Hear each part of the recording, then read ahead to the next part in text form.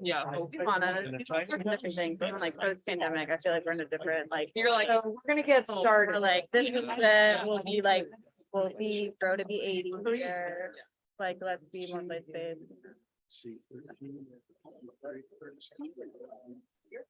He was my French professor.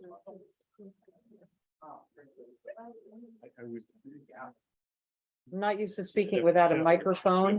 That's your microphone, right? No, I mean a microphone that actually sounds like a microphone, so that I know that I'm not shouting at people. Thank you all so much for coming. We're here so that the voters of the South District can hear from their candidates for city council, primarily on the 8th and final ballot question, which is known as Proposition 0. I found out today that why Proposition 0 is Proposition 0. It was not the first proposition, but the proposition before the first proposition, and thus the name Proposition 0. By way of background, for those who aren't aware, this question is on our town meeting day ballot from a citizen-led petition effort, and Vermont statute states that citizens can place on the ballot a binding charter change item by receiving 5% of registered voters signing a petition. And in Burlington's case, we have two. It's rather unusual, but this year we actually have two items on the ballot that came by a petition drive, Proposition 0 being one of them. We're going to begin this evening with an overview of what the actual ballot language is, and not an editorialized version, but just simply explaining what Proposition 0 in the 8th ballot item is. And I'll turn that over to my colleague from Ward 5, City Councilor Ben Travers.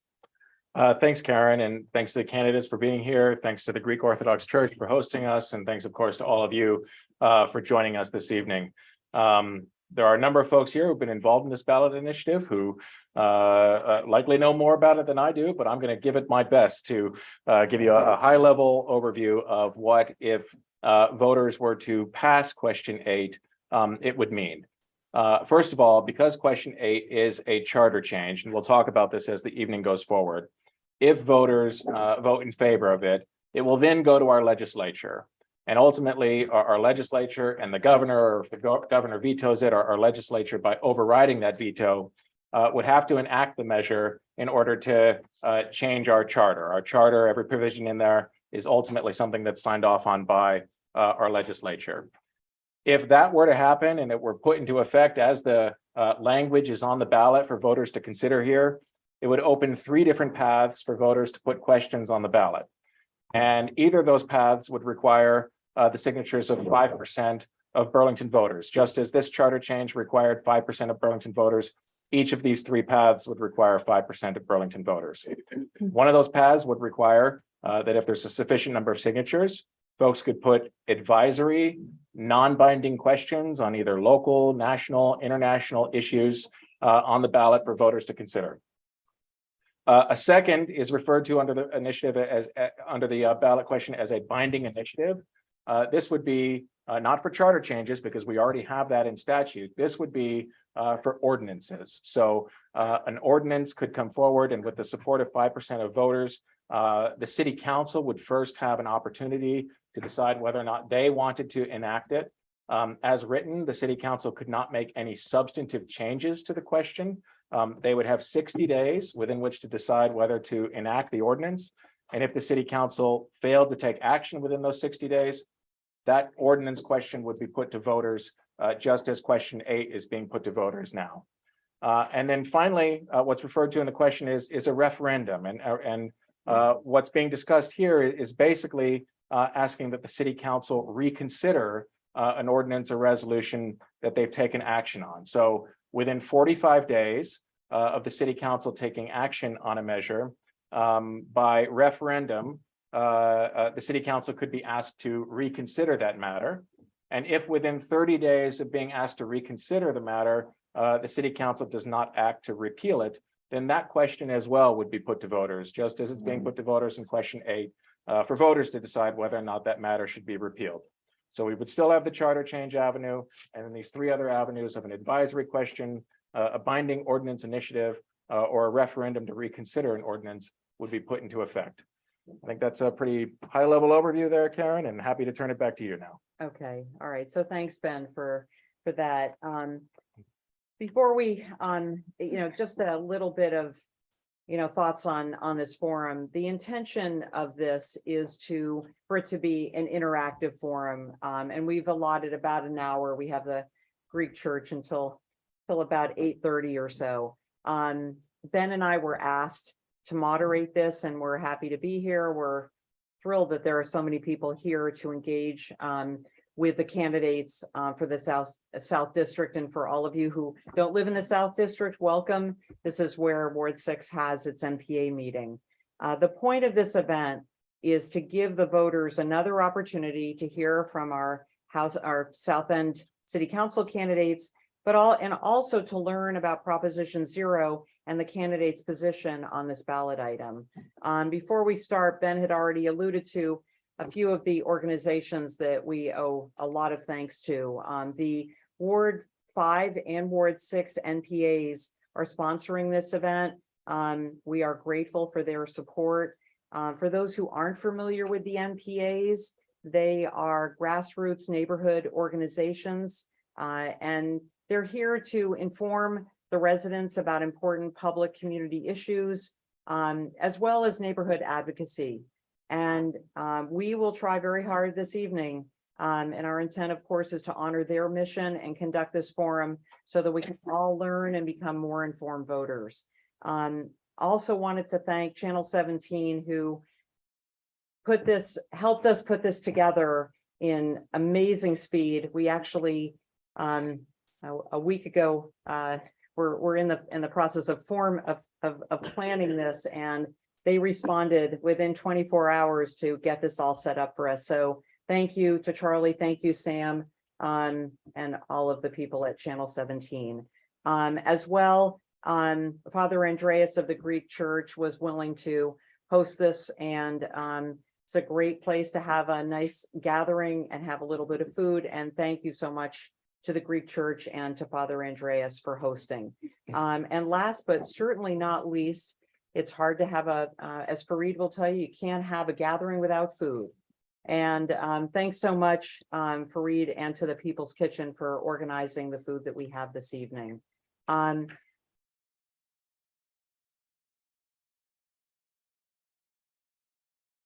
of course, thanks to the candidates for agreeing to be here.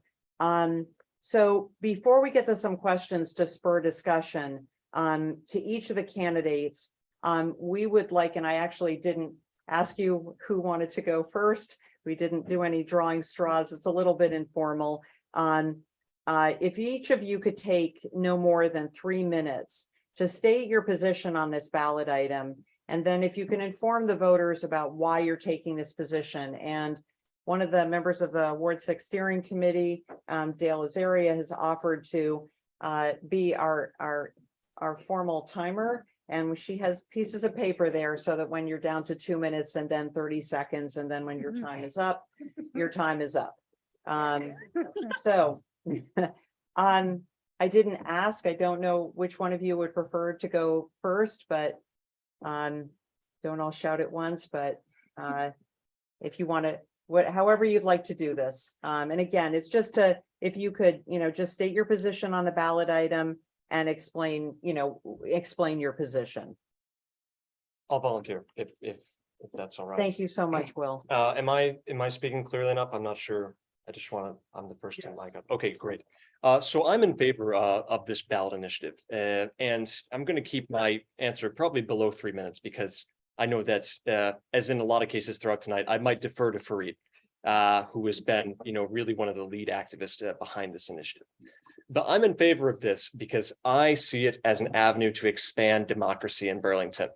And I think that we need to do that. We need to get on par with other Vermont communities that have a town meeting day, with other Vermont cities that have the ability to put things on the ballot with greater ease.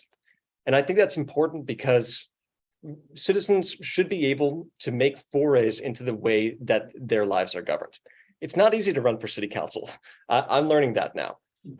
It's not always easy to get something across to a legislative body that has a lot to consider and a lot to weigh. But I think that making it easier to mount a campaign, to go out and talk to your neighbors and convince them to sign on to an initiative is a great way to balance out, our needs for a democratic society. So, I've heard the arguments from people that I've been talking to for and against this petition, but by and large, the idea that this will make it easier for people to change how their lives are governed, and more importantly, that it encourages conversation amongst neighbors, that it encourages people to go out and mount their own campaign for something they believe in. I think that's very valuable. And I'm happy to discuss, the different arguments for and against this, because I think that those four are much more convincing to me. So I would like to just leave it at that and look forward to the rest of the conversation, reiterate all the thanks that Councilor Paul has put forward to everyone help put this together. Yep. Again, my name is Will Anderson. I'm the progressive nominee for City Council in the South District. Had a chance to meet many of you already. Look forward to continue to expand that. Great, thanks, Will. Let me go next. Sure. I'm Joan Shannon. I'm the South District City Councilor and the Democratic candidate for City Council. And I would like to especially thank President Paul, Councilor Travers, the NPAs who are hosting this, Channel 17, the Greek Church, but really especially Fareed, because Fareed, we would not be here without Fareed. Fareed has been working on putting this measure on the ballot. I don't know how many years, Fareed. 3 years. 3 years. I thought it was pre-COVID, but yeah, it's been a lot of effort, but also for getting this particular event together. It was Fareed's initiative to bring us all to the table. And I think that's great because this is a really important question. It hasn't been getting a lot of attention. I am not supportive of it. And I want to just point out some important differences between what we have now and what this changes.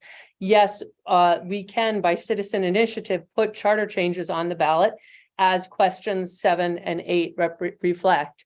But when we do that, it goes to the legislature. The legislature reviews it. They can modify it. They can reject it. It has to be signed by the governor. There's still a lot of process around that when a citizen puts that on. And in fact, with question 7, with the many, many issues I've raised, the defense has mostly been the legislature will fix it. If this becomes law, there is no backstop and the legislature will not fix it and the city council will not fix it because we are not allowed to fix it. And you will have things come forward that aren't really quite right.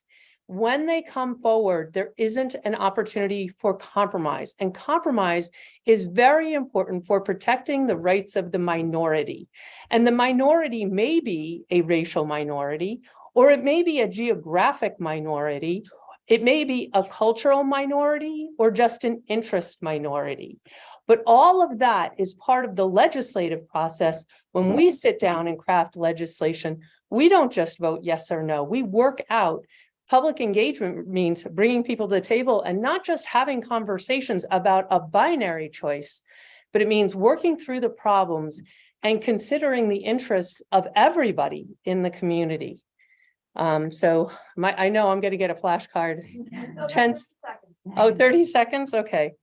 I think that there are examples. An example that I've used is, a dog park. If you want to take one park to have off-leash dogs, that might be great for, I'm a big dog lover, rescuer, works for me. I'll vote for that. That's not necessarily so good for maybe some of the users in that park that have young children, some of the users in that park who are afraid of dogs, or the neighbors who live around that park. But it could be very popular. Thank you. Thanks, Joan. Fareed? Thank you, everybody. My name is Fareed. I'm not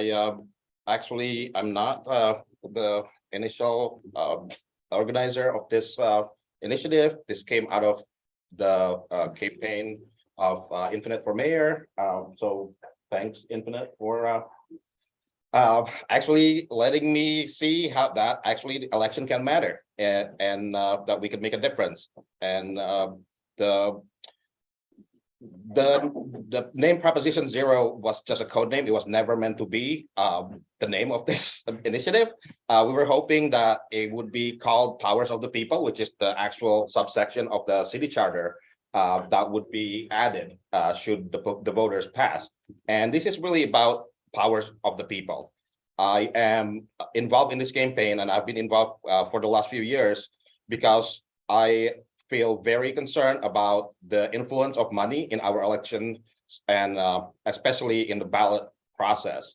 Currently, Burlington has only advisory measures that are allowed, and even that is subject to city council approval. We have seen the city council denied even when the threshold has been reached for number of signatures. And other than that, we are basically left to choosing between people who will represent us for the next 2 years, and between a set of questions that is pre-approved by the council.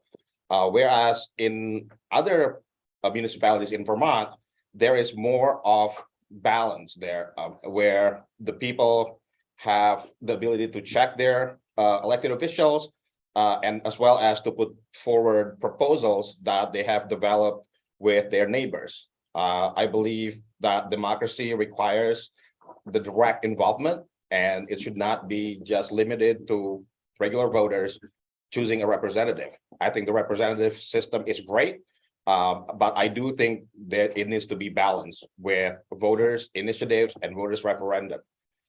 This is something that is been a long time tradition in Vermont, and most municipalities in Vermont has what's called the permissive referendum, which is basically if you don't like what your legislative body in your municipalities, council or alderman, you can put their decision to a townwide vote.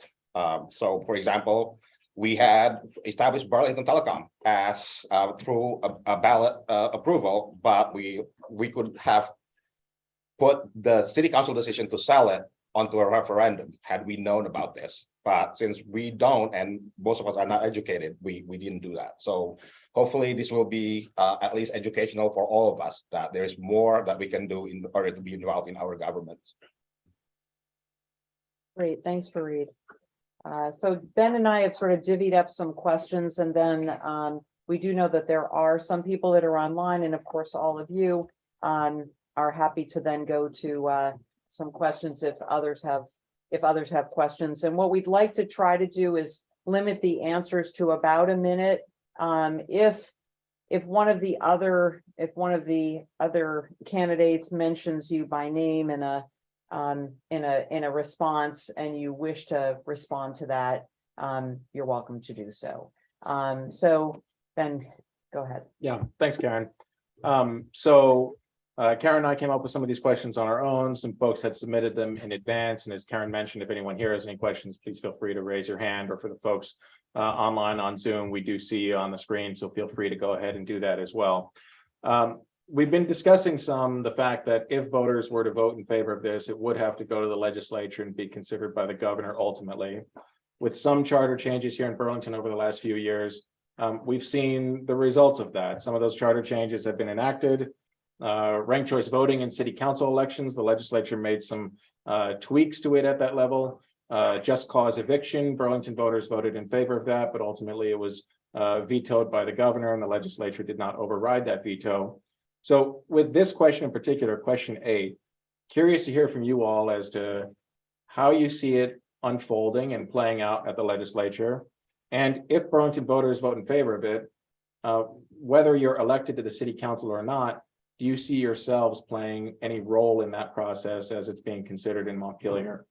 And Fareed, since you went last in the intro, can we start with you here? So the question is, should this pass? If it, yeah. So I actually have been working with a couple of our representatives, Burlington representative, and consulting with them about what could happen. Now, the legislature have approved many charters with similar language. We actually copied part of our language from Winooski's as well as Brattleboro's. And there are different ways it's implemented. There are definitely ways to do this that could address many of the concerns that are raised. And by at the legislature. So we will be working very closely with our representatives.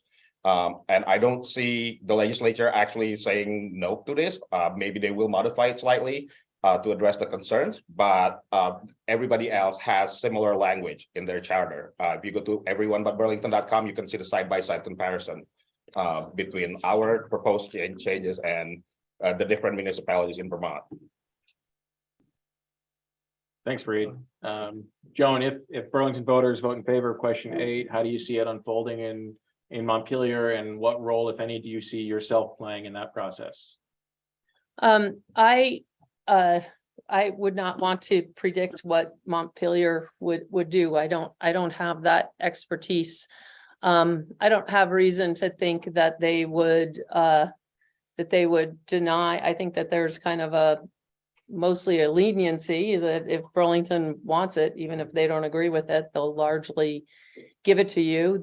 They would probably modify it, I would think. Our own city attorney identified that, I've heard at many forums that this was copied from Winooski's, but in fact, Winooski is significantly different. And our own city attorney said about this, Winooski's charter, our charter is more thorough and internally coherent. It includes clear guidelines and procedures regarding a petition's sufficiency, including the clerk's issuance of a certificate of sufficiency, suspension of a referred ordinance upon the filing of a petition, clear timing. There's a number of things. There's also exemptions in Winooski's ordinance that are not in this. I don't know if they would really marry this to something that is more coherent, or we would get it as it is. I think that's a bit of a gamble. Thanks, John. Sure. Will? Yeah, I'm going to be echoing a little bit of what both of the other candidates have said. Should I be elected to the city council, I would definitely promote the passage of this bill in the legislature. And I think regardless of that, this would be a bill that does pass the legislature in one form or another. I do agree with Councillor Shannon that I definitely think the legislature would be looking at some of the provisions for safeguards, such as for fiscal implications, for feasibility. But in contrast to Councillor Shannon, I don't really see that as a gamble. I think the initiative is strong enough as it is because, and this is also going to another point that Councillor Shannon raised in the introduction. Let's say hypothetically, an ordinance is passed that is, lackluster for whatever reason. Let's say that it turns out to have fiscal implications that were unexpected at first. We can go back again. The city council can pass another ordinance or can pass another referendum to try to set this right. Public policy is not something that you get right, everything at the first try. You go down the pike and you find out what's working and what isn't. So I think that can factor in as well when we're looking at that concern. Since I was mentioned, can I rebut that? Sure. Do we get 2 Yeah. minutes or what's the rule, or Can I respond first? my name was Can mentioned. each of you just take 30 seconds? I mean, we have 1 minute for the answer, so I think for a rebuttal, maybe 30 seconds for each of you.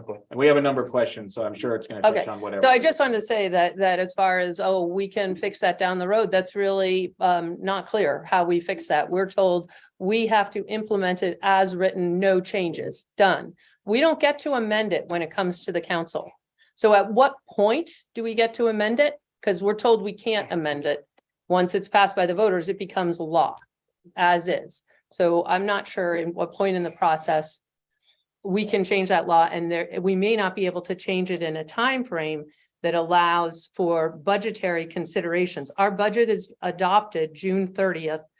And so between the March election going through, we'll probably find out in April if the charter change passes. Thanks, John. Fareed? We are not unaware of Winooski's exemptions and limitation. We fully are aware of that, and we would be willing to live with that. Our job was to demand maximum power for the voters. We're hoping as our leaders, the council could take a look at Winooski, look at Brattleboro's, and work with us to add the guardrails that they feel is most appropriate. We wanted to make sure everybody can understand within one page It's plain, straightforward, pretty straightforward English. And so the consideration of space, and also our job is to demand maximum power for the people, and we will work with our leaders to make this acceptable to them as well. Okay, well, that brings up a good point that you've all sort of alluded to, and that is that one of the concerns that I know I've heard about this, about Proposition 0 is what you've sort of already mentioned, and that is the implications of a binding question being put on the ballot that is about, say, for example, something that would have tax implications. So in other words, for example, a citizen petition could come forward that would require a 10% tax increase that would go into the budget and perhaps be earmarked for a specific, number of projects. I didn't go that far in my hypothetical. But in fact, as some have pointed out, the city of Winooski, they prohibit petition items that are financially related or contractually related. As we all know, taxes are property-based, and therefore they affect property owners and they affect people who rent. They, increase rents through increased property taxes. And so I'm just wondering if the ballot item passes, and particularly for those who favor it, and then we have another question for those who oppose, but if you favor the ballot item, how do you reconcile that, given that you are supporting a fairly broad ballot question? So I don't know, Fareed or Will, either one of you, if you want to respond to that. Well, like I mentioned, I think that the fiscal concern is an important one. I think it's definitely something the legislature will be looking at. But I think that this is something that it's an important power for citizens to have. I think that people should be able to think about projects with fiscal implications and make their arguments and be able to get signatures for that. And be able to put that on the ballot for people to consider. I understand that this is that there's risks involved with that, but I have trust in the people of this city, and have been tremendously impressed by the level of education and civic engagement that I've witnessed here. I think it's important that we at least have a shot at getting that kind of power to the people. Okay, great. Thanks, Will. Fareed, how do you reconcile? So that I issue? mean, the language that is being proposed gave the city council authority to review, and the city attorney to review for legalities, consistencies, clarity. Also, I guess that there is kind of gray area there of what substantive change means. I think it's important to see what the voters' intent is, and then put whatever is necessary to make it work. I mean, this is very much intended to be a collaborative process. So that the nice thing about ordinance is we can resolve it within our city. We don't have to go to the legislature to have it to settle the differences. So the hope is we will be working with the city council to have our be able to express our will and also make it practical and workable. Great, thanks so much. Can I respond as well? Well, sure. Thanks. I think there's two issues with the tax implications. One is, if it's just do you want a 10% tax increase? That's one kind of thing, but more likely it will be like question 7, where there are things built into this ordinance that have tax implications you're not necessarily aware of, like creating a new department with an investigative office, a director, ability to hire consultants, staff, and a legal advisor. That has tax implications, but it's not called out. The other issue is to say that it's collaborative. It is not collaborative, because what gets voted, if you work with the council, only things that the council rejects will go to the ballot. That's a binary choice. And you can't work with the council because whatever is on the ballot becomes the law when it's voted upon. So there isn't that collaborative process. Collaborative process happens if the council adopts it by the council. Great, Thanks. thank you all. Thanks, Karen, and thanks to the candidates. So again, if anyone here has questions, please feel free to go ahead and raise your, should we take a moment here? Yeah. Andy, I think you had your hand up first, right, just before Brian back there. So go ahead. I'm interested in. Andy, could you speak into the mic? Sorry, just so folks online can hear you. Sorry. My name's Andy Simon. I wanted to try a case in point. The F-35 resolution that was passed by voters in Burlington, calling for the city of Burlington to call on the Air Force, the Air National Guard, to change their mission in Burlington away from the F-35s to another plane or to another mission. This was passed, I believe it was 55 to 45, 55% of the voters said, yes, we should change the mission. This was an advisory question. It went before the city council, and basically it called on the mayor to write to the Secretary of the Air Force, and the mayor wrote a letter that essentially nullified the will of the voters. So how would this be different under Proposition 0, under ballot question 8? What would be the options for voters in a situation like that? Thanks, Andy. Is that a question you'd like to ask to a particular candidate first, or, okay? Well, let's see, who hasn't gone first? Anybody that wants To you, Ben. I'm happy to answer it if you want me to answer it. Go ahead, John. I was here and. Yes. I don't know that this would be different under Proposition 0 because there was what was requested in that F-35 ballot item was that we request a new mission, and I actually passed the resolution following that, asking the mayor to write that letter to ask the secretary for another mission.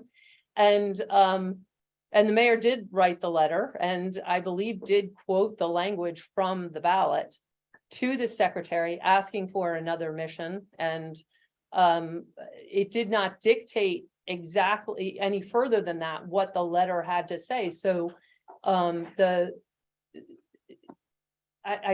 don't think that this would be different under Proposition 0. I think you would have that advisory question on the ballot. It would probably play out pretty similar to what happened. to clarify my question, if this question were proposed as not as an advisory question, but as a binding ordinance or a binding question, Gotcha. how would then that have played out differently? I think that we did, even if it were a binding question, I think in that case, we did meet the letter of that request, though that was not, I don't know that that would ever fall into this because that was an advisory question. It wasn't an ordinance, and this applies to ordinances. So again, I think that would remain an advisory question. Even if it were a binding question as opposed to advisory, I think that we met the criteria that was asked on the ballot. That was my understanding as well, because it was directed at the city council. If it was directed at the airport commission to do something, then that would compel them to do it. But otherwise, as far as I remember, the F-35 language is just basically requesting the mayor to request like the Air Force to do certain things. And he did that, so he did it. So, but it didn't ask the airport commissioner to like then figure out something else. I mean, they probably have powers that they could leverage, but that wasn't on the language of the ballot question, as far as I can remember. Yeah, I largely in agreement there. I mean, I think it's more of a question of the language that's actually on the ballot and the mandate that's actually given to the mayor in this case, than the format by which we issued the advisory question. So I think that this initiative probably would not change that outcome too much. Be a matter of really tailoring what we're putting on the ballot. Yeah, Brian, do you still have a question? And Andy, Andy, does that answer your question? Or, okay, So I'm Representative Brian Chena. I do support this, and I've been doing a lot of research into charters in the last few weeks and learning a lot more. And I just want to validate a lot of the concerns I'm hearing, because as I'm learning more, I'm seeing a lot of the guardrails that people are talking about. I'm seeing that there's a wide range of thresholds from 5%. And some, I think it was up to 25% in some towns based on their charters. The vast majority of Vermonts are covered under municipal law, and it's 5% for permissive referenda. That's like almost a universal right in Vermont that we don't have in Burlington, and that Newport doesn't have. But I just want to put that out there because I hear your concerns. And so I'm thinking like, well, what do we do if this passes in the next year? Number one, you can come to the legislature and share these concerns, and I would certainly be open to the legislature changing it accordingly. The legislature changes charter changes all the time. So if there was enough concern, they might add in the guardrails that the city council asked for, especially if advocates were coming in with you and you were agreeing. But if that didn't happen, then I'm like, well, how would the city council address an initiative? And so here's a question for the candidates. So if you get elected to city council and you find out that on the Wednesday after town meeting day, there's people already organizing a petition around an initiative, how might the city council engage with those people in advance around their initiative, potentially to either make sure that anything that passes is compliant, or to, to pass an ordinance to satisfy the citizens to kind of nullify the petition, So like, what are your thoughts about how the city council might, as a city councilor, how might you handle that, if you were elected? Like, what might be your strategy? That was my cue to like stop.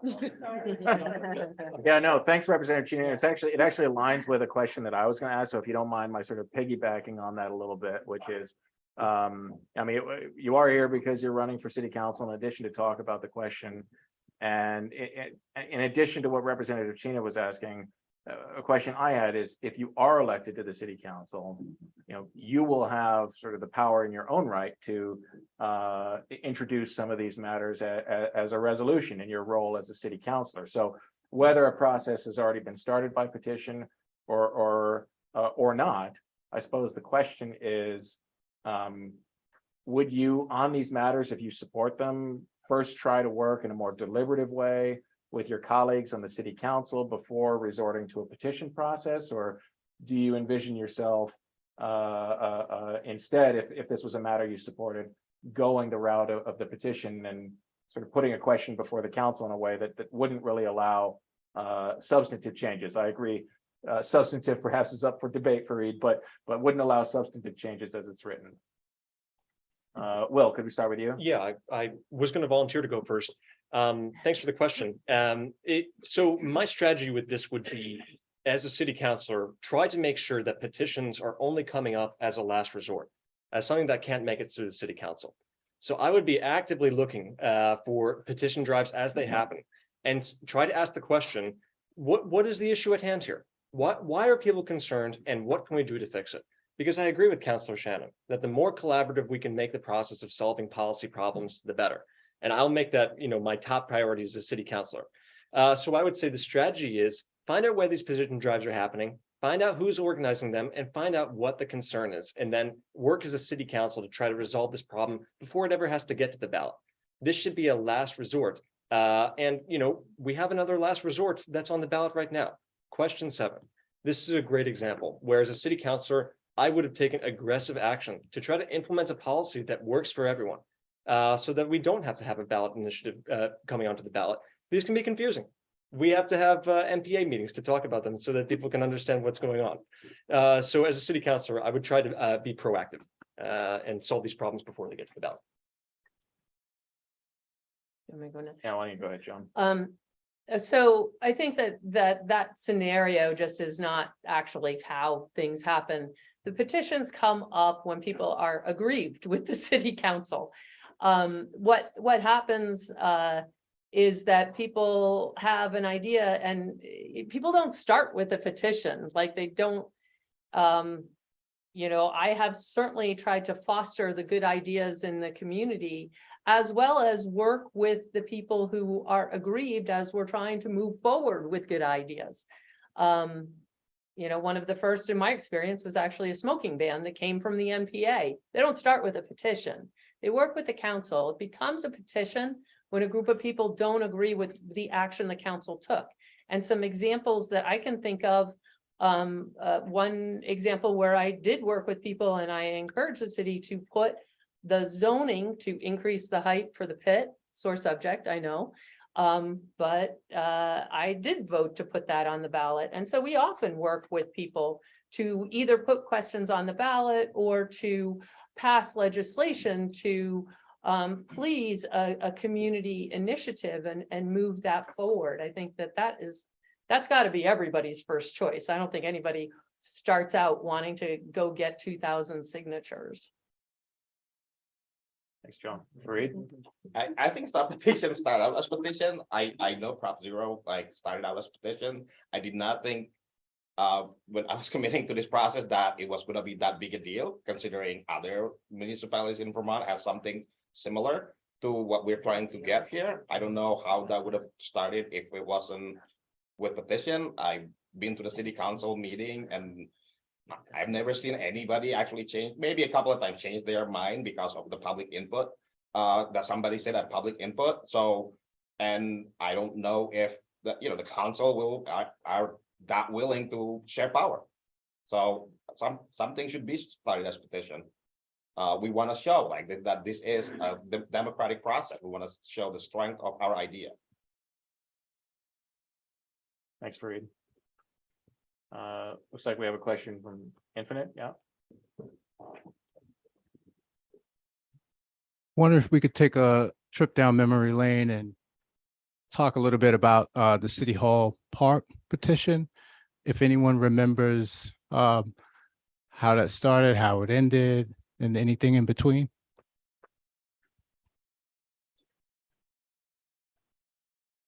I think I can- do any of the candidates, the Yeah. question is with respect to the City Hall Park Keep the park petition there. and what happened with that. Do any of the candidates feel, Joan, I know you were on the city council, so. So there were 2,000 signatures. 3,800, I thought that That- they collected. That's right. So it And was a lot. the city council rejected it. Yes. Right. So it was called the Keep the Park Green. That was the title of the petition. People were feeling very strongly that there should be more trees and there should be more public participation, like meaningful public participation in the redesign of the City Hall Park. I know some of the lead organizers, they were going to the DRB meeting. They were doing all the public engagement opportunities that was given, yet in the end, they didn't feel like they were being heard. And so that's why they collected like twice the number of signatures required, and then the city council decided not to put it on the ballot. Want me to follow? Sure. So that was true, that they did get the required number of signatures well in excess. And the city council was pretty close to putting that on the ballot, I would say. I actually reached out to constituents in the South End and I asked the question, do you want me to put this on the ballot?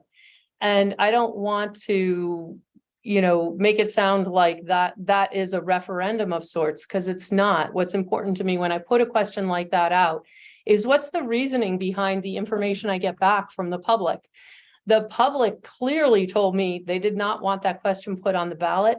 And one of the reasons was we were so far down the road and we had made so many compromises in the process, and people were being told we were clear cutting the park. So that is, I think, a really good example of why, referenda is not always in the best interest of the public. The public has been surprised how many trees are left in the park. And as far as the interests of money, there's a lot more moneyed interest in ballot items than there are in the reasoned process of legislation. We don't have lobbyists at the city council, zero.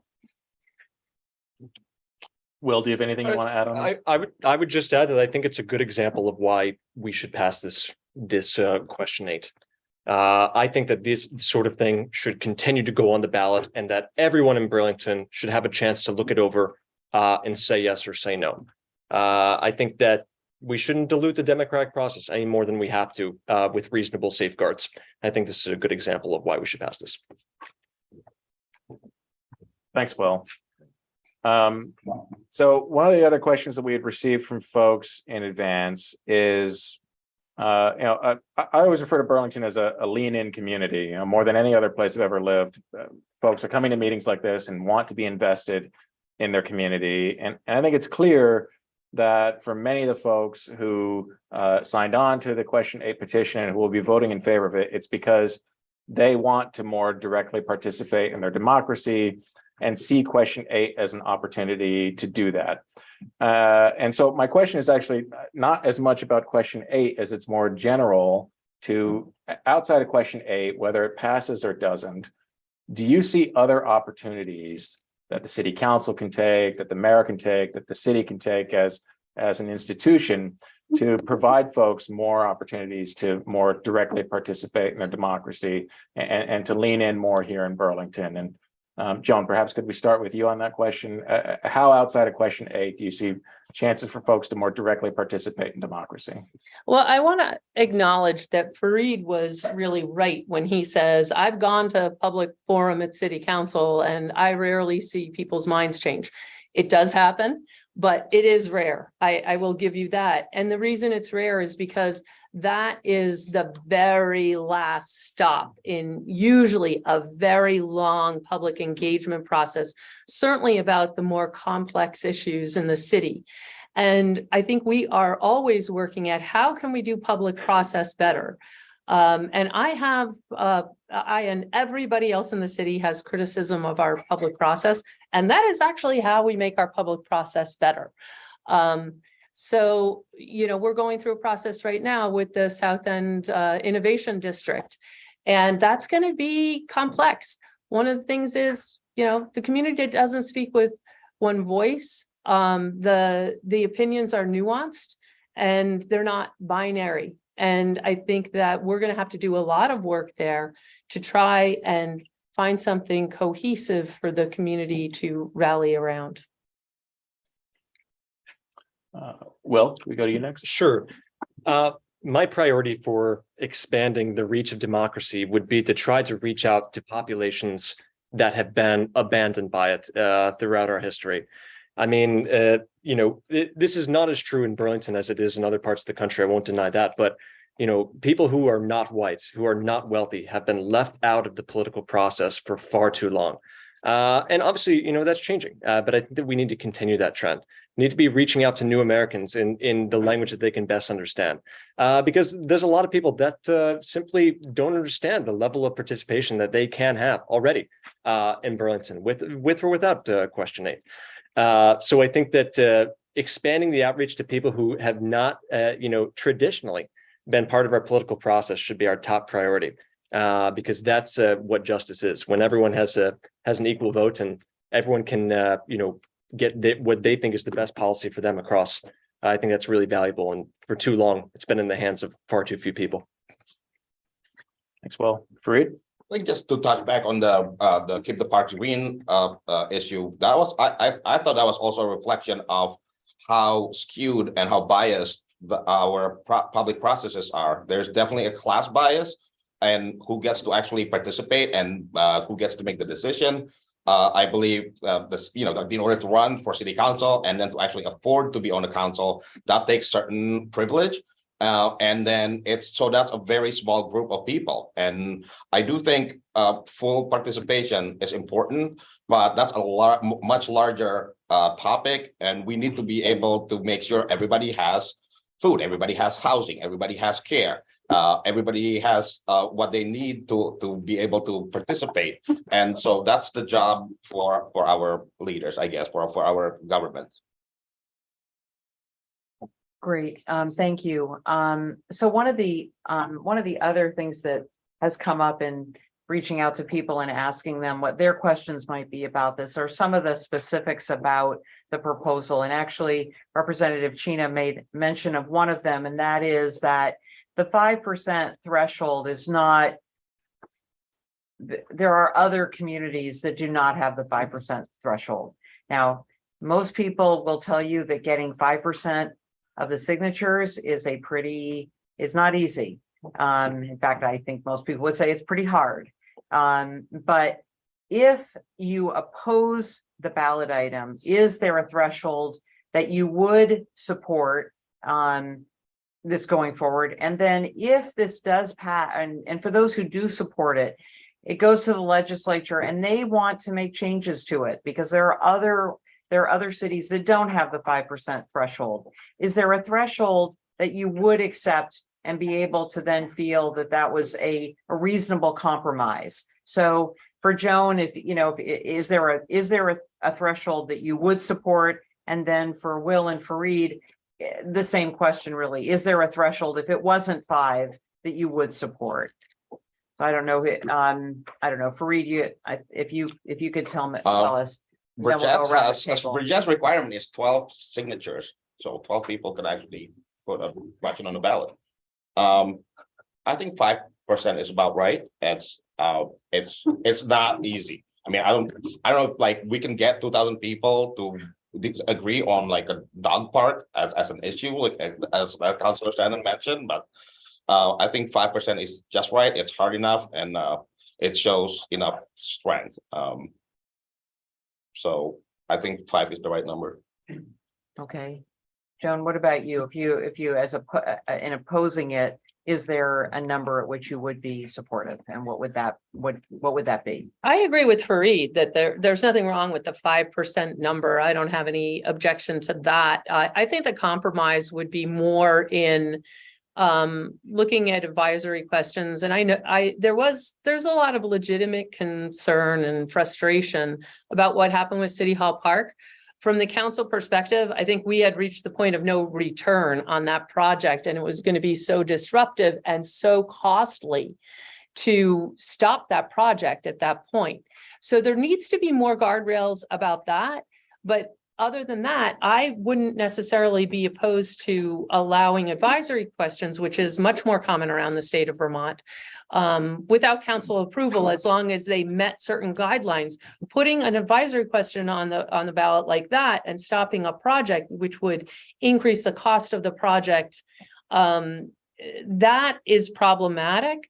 But outside of that, I do think that there should be some public access to the ballot that everybody can agree on the framework of, but not for binding questions. There needs to still be that legislative process to consider the interests of minorities. Well, thank you, Joan. Thank you, Councilor Shannon Paul. I think that the 5% threshold is good. As it gets bigger, considering the size of Burlington, I would have some concerns about, whether it's practical at all. I mean, once you get to 10%, that's over 4,000 people. So that's just it's just impractical. So I would be kind of concerned about anything above 5%, although definitely willing to listen to the reasoning why the legislature might want to change that. But I think that we need to appreciate, in contrast to what Councilor Shannon was just saying, that it's important that we have the ability to put binding ordinances on this ballot. The reason we're doing this is because we want there to be a check and balance that the people can use with the city council. And an avenue for people who are aggrieved with the city council or disagree with the city council to put that question to the entire city. I think that binding aspect is important. And while I am open to seeing what other safeguards the legislature puts on, especially with regard to the fiscal aspect, I think that it's important that it is binding and that we have that power. Great. John, I don't know, your name came up. I don't know if you It's want to okay. respond or. Thank you. Okay. All right. So before we have one other question, but before we do, just checking online, there aren't any hands raised. I don't know if there's anyone else here who has a question and would like to be recognized. In the back. Yes. Hi. I do have a question. Okay. So I hear the keep the parks green issue coming up again and again, and this argument that at certain times it's too far gone for the people to intervene, or that perhaps the people don't know enough about the specific peculiarities of the issue to actually act. So with or without Proposition 0, how do you plan to keep people meaningfully engaged in the public process? And what should we do to prevent this kind of, say, like uprising of support And I guess I'll give one specific example, since it come up here as well. The community control of police proposal. And I attended a lot of those meetings in the fall of 2020. And I really listened to the commentary being given. I read the minutes and I saw all of the communications that were coming into council. I didn't see a whole lot of opposition against the proposal. And if looking at the reports of the police department, which get monthly at council and various things, that's really only one aspect. So I guess, how do we keep people meaningfully aware of what's going on to allow citizens to make decisions? Or to, give meaningful input to the elected officials in making the decisions. Okay, so how do we, so your question is, what is another way that we give people meaningful input? Meaningful input and also awareness, education. If you make the argument that no, there shouldn't even be the option for people to weigh in, they don't know enough. How do you correct that? How do you make people aware of where the decisions are being made? Sure. I keep hearing citizens. Let's can we just say voters or residents, because I think it's better we start thinking that way, especially if we're gonna let people vote who are not citizens. So I do think that's a great question, and without Proposition 0, there are many ways we could strengthen participation and meaningful participation. The NPA is actually one of the best things that we could revive. We could strengthen the NPA by formalizing its role in the charter and giving some teeth to the resolutions that the NPA passes. It's a great participatory democracy kind of decision-making process. One person, one vote. You can directly influence what the resolution is going to say. I have heard, unfortunately, I have heard from our representative that they're not as concerned that people don't show up at the NPA anymore. It just means that people are happy with the way things are going. I don't think so. I think people are very alienated. People are feeling powerless in influencing the decisions that are being made. Thanks. Would you like to go next, Councilor Shannon? Or? Sure. I cannot imagine that I ever said that people don't go to the NPA because they think everything is fine. I think that people don't go to the NPA because they're living their lives, they're working 2 jobs, they're struggling to raise their families. They don't have time to go to the NPA. And I think that that is exactly the problem with both the NPA and I mean no disrespect, because I think there's a lot of value in the NPA bringing people together, but the shortcoming of it and the shortcoming of old-fashioned town meeting is lack of participation, making it not very democratic. So we have lots of different ways that we engage people, and people were very engaged with the City Hall Park issue, which is why you got so many signatures so quickly. People were engaged. But there's also accountability in representative democracy, which is you can vote for somebody else, and that is fair. And I ask for your support because I ask for your trust, and it's a lot. And if I breach that, you should vote for somebody else. Well, thanks. Great question. I mean, my initial thought is that the best way we can expand access to democracy is by making it easier and by freeing up via this question, the ability to directly put things on the ballot and answer yes or no on the ballot for yourself. However, I do have ideas for other ways that we can engage direct democracy further. The NPA is one, but just part of what I think constitutes, more direct outreach. As a city councilor, I'd be working aggressively to find all the different groups, all the different individuals in the South End, and what their different policy interests are, and what's affecting their lives. And especially with the focus on, like I mentioned before, populations that have been historically kind of left behind by our government. But what I'm really excited about is the prospect of expanding digital democracy from our city council to people in Burlington. I mean, there's so much technology at our disposal. I don't know how to work it. I don't know how to program, but I'd be really looking forward to ways that we can get innovative solutions where people, and expanding access to these apps, these websites, get people to use technology to help inform our decisions as a city council, in real time. Obviously, there's some equity work involved in that, but as a city councilor, I'd be really looking forward to exploring that. Great, that's wonderful. Thanks. Actually, thank you so much, Andy. I was just looking on Zoom. We do have, actually, I think you're able to enable your microphone, Karen, or it's registered as Karen Long, but maybe it's Michael. Is it Michael? It is. Yes. Michael, please go ahead with your question. Okay, my basic question is, for the candidates is there any reason to believe that the wisdom of the council is intrinsically superior to the wisdom of the people as might be expressed in a referendum? For context, the City Hall Park issue.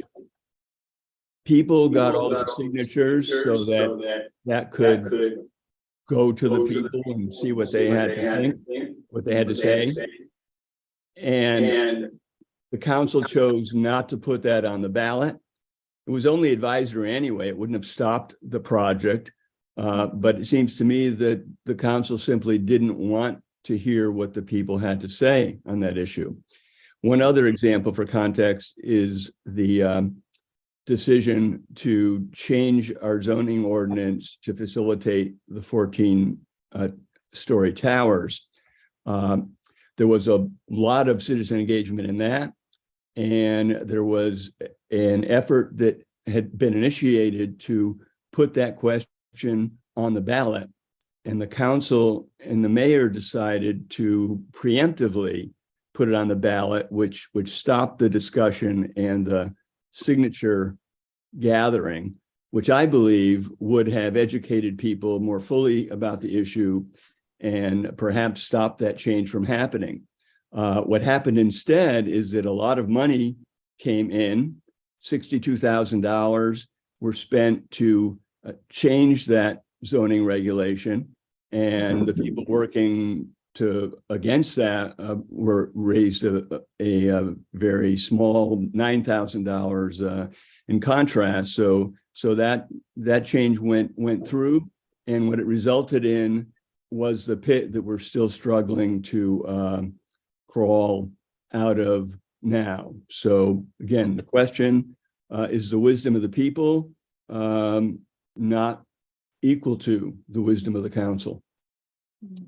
Thanks for the question. I don't know who hasn't gone.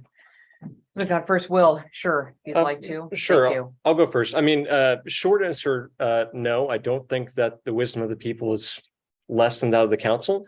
I do think that it's important that there be a structure to this, and I think that ballot question 8 does provide a good, or builds on an existing framework we have for people to participate in direct democracy. I think that, for the will of the people to be on the ballot, there should be a reasonable expression of common thought, and that's what the signatures are there for. That's what the legal constitutional review is there for.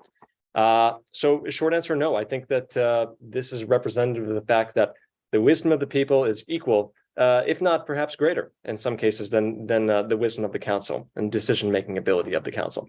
And I think it's overall a very important check and balance on the legislative ability of the council, that the people can step in to say this is what we want. Great, thanks, Joe. I think that Michael raises a good point, which is that $62,000 was spent on the ballot question to pass it and $9,000 to oppose it. There's a lot of money, influence in ballot questions. And as I said, we don't have lobbyists at the city council. So that's an issue. Is there more wisdom on the council than wisdom in the public? No, there is not. But the council has the ability to do things the public does not when they are given a binary question. And the council can look for the interests of the minorities, which the public cannot. The public will likely vote in their own interest. And the council, I have to consider not just what I personally want, I have to consider the varied interests of my constituents when I vote on something and try to find those compromises, which are not an option for a binary question on the ballot. Thanks, Joan. Fareed? I don't know how somebody could go from saying like the interests of the minorities need to be considered right after leading the effort to stop the public from saying what we want, that we want to protect minorities. Like we just saw with question 7, we are seeing in real time how much money is being put into our ballot process. I think $20,000 so far. The opposition to question 7. It's the same people, the same set of people who are also putting in money in other ballot questions. Well, the people have no way to fight back. I mean, those mailings cost $5,000, $10,000 each. We had to use copy machine from the office, or my home printer overheated because we are trying to print 100 flyers. This is like the way we have to balance this is through our numbers. We don't have the money, but we have the numbers. Numbers have to mean something in a democracy. That's our strength. So I hope people will vote for question 8, and the people is always more wise than our leaders. Great. Thanks so much. We do have another person who has their hand up, Gray Johnson. Do you see him on the screen? Do you see them on the screen? Yep. Well, there's a picture of a raccoon. There's a picture of a that's me. raccoon. Yeah, okay. Hi, please go ahead. Yes. Yeah, I just have a quick question for Fareed. It sounds like maybe he expects and maybe even prefers that the legislature change the proposal a little bit if it passes. Do I have that correct? And if it did pass and the legislature didn't add guardrails, would you be concerned that? If I was on the council, I would probably make the petition process more streamlined, model after Winooski and Brattleboro's. If they don't change it, then they don't change it. I mean, there is language in Proposition 0 right now that actually allows competing proposal, and to the extent that the two competing proposal differs, whoever has the more votes will take precedence. Like so. If it's like whether 10% tax or 5% tax, if more people vote for 10% tax, that's the one that will win. So sorry. Did either of you want to answer that question? Are we gonna have like closing? Yeah, sure. And we do have one other question, which I think is really is important. And don't worry, we'll have time. Okay, can I respond to that though? Oh, sure, of course. I've heard many times that the council can fix these things, but the whole thing with Proposition 0 is that the council cannot fix anything. Once this goes to the legislature and the legislature approves this, whatever comes onto the ballot becomes law as it is on the ballot. And the only corrections that we cannot meaningfully make meaningful changes, it is reviewed for, it's what it says. We can't make changes. You can introduce competing proposals with what you prefer to be. I mean, like that, and if that wins, then that wins. I mean, you can definitely copy the good part and then put on like the fixed part. No, we're not allowed to change the language, Well, and not that has change, been but you- very clear to us. We at the same- didn't have an opportunity to change the language that went on the ballot. That was made very clear to us. But- And when this gets through the legislature and these things come through again, it's the same language, and the council does not have the ability to make changes to it. You can introduce competing proposal at the same election. Like that. So Well, Fareed is. So, yeah, yeah. so I mean, I think it's that's the language that's in there for aid. Yeah, I think yeah. if that is the language that we're put into our charter, then it would But be interesting to see that in action. It doesn't say that the council can't come up with their own like proposed ordinance Right. to be voted on at the same election. right?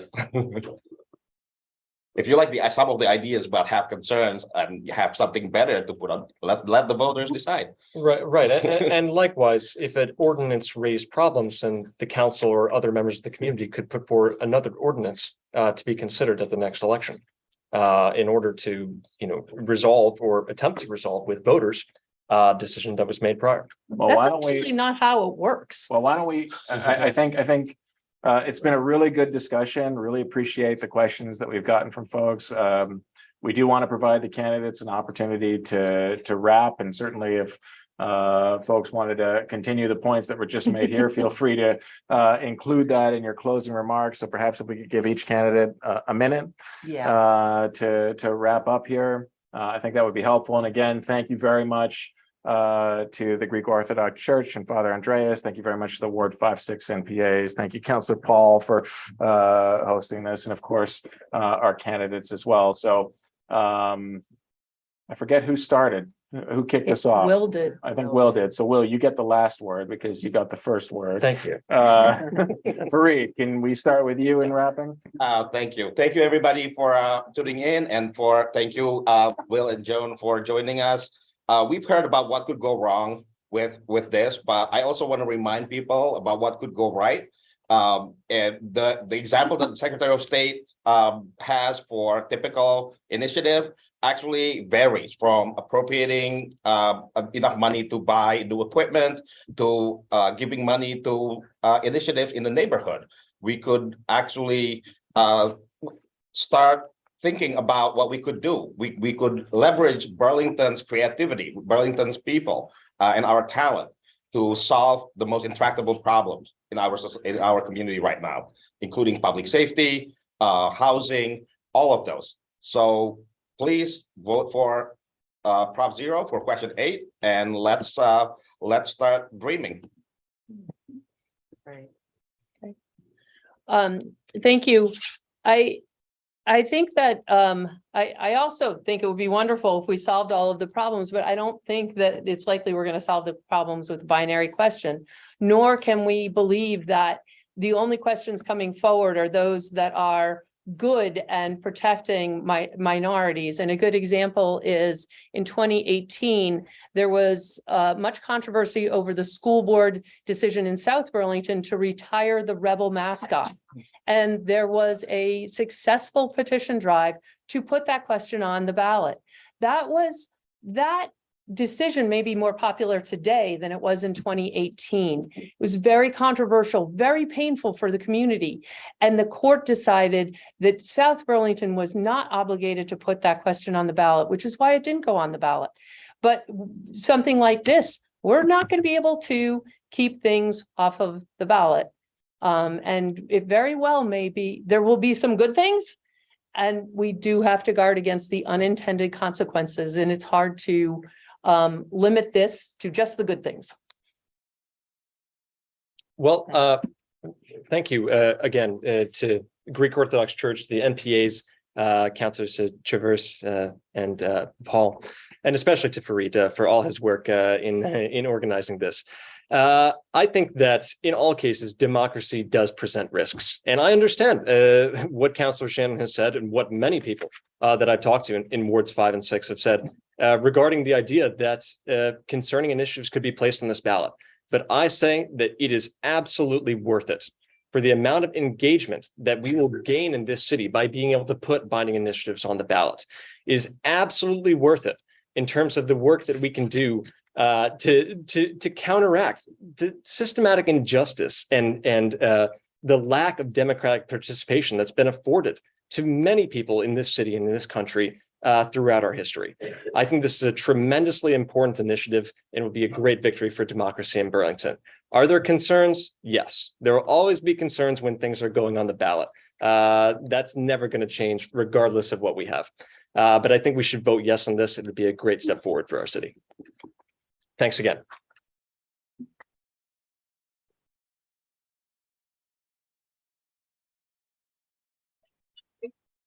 So much. I think you two may have new jobs.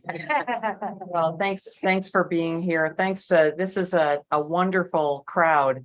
for this forum. So thank you for taking the time, and to those who joined us online, and we wish the candidates all the best over the next 6 days. Yes, only 6 days and town meeting day. Be sure to vote. Thank you for coming. Hey, thanks. See y'all. Great moderation. I live in I used to live for 5 years. Yes. I live next to Pitt, so it's a little bit over